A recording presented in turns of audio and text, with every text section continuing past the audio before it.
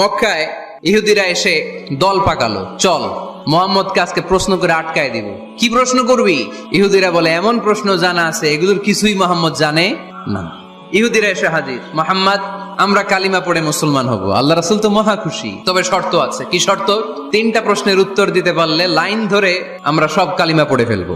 কোন 3টা প্রশ্ন বলো? মোহাম্মদ বলো তো রুহু কারে বলে? আসহাবে কাহাফ সম্পর্কে কি জানো?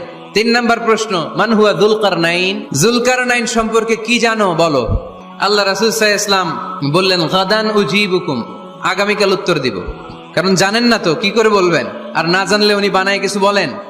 কারণ কোরআন তো পরিচয় দিয়েই দিল, তিনি মন গড়া কখনো কিছু বলেন। আগামীকাল উত্তর দিব।